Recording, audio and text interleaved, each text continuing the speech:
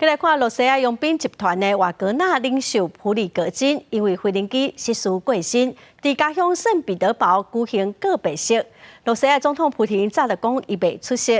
另外，罗西亚嘛指控讲，最近受到严重的无人机攻击，包括西北部的贝斯戈夫机场嘛互破坏哦。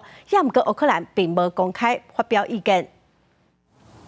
瓦格纳集团日前发表一份低调的声明，讲集团的领袖普里戈金已经以私人葬礼的形式在家乡圣彼得堡落葬，所有想要和伊告别的人会当去波罗霍夫斯克伊的墓园。普里戈金这个月23发生空难，当局落尾确认伊嘛伫个过身的名单内面。克林姆林宫否认因就是外界所有的设飞行机幕后的黑手。葬礼当在举行的时阵，罗西亚总统普廷当伫个克林姆林宫开会，罗西亚嘛无打算对普里戈金空难事件进一步调查。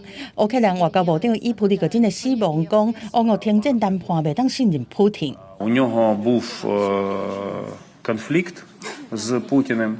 Він провів успішні переговори з Путіним, припинив цей конфлікт, домовився про гарантії безпеки. Потім Путін його вбив.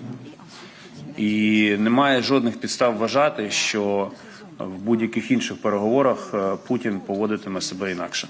罗西亚国防部是指控乌克兰30透早以无人机攻击罗西亚至少6个地区，敢若是俄俄战争18个月以来对罗西亚领土发动无人机的攻击规模上大的一摆，包括罗西亚西北部的贝斯戈夫军用机场嘛互攻击，军方已经反击，现场发生爆炸和大火，而且有4架遗留心76运输机受损。乌克兰对这是无评论。美国日告宣布对乌克兰提供2.5亿美金的军援，有扫雷设备、大炮火子弹、医疗设备等等。公司新闻黄文玲编译。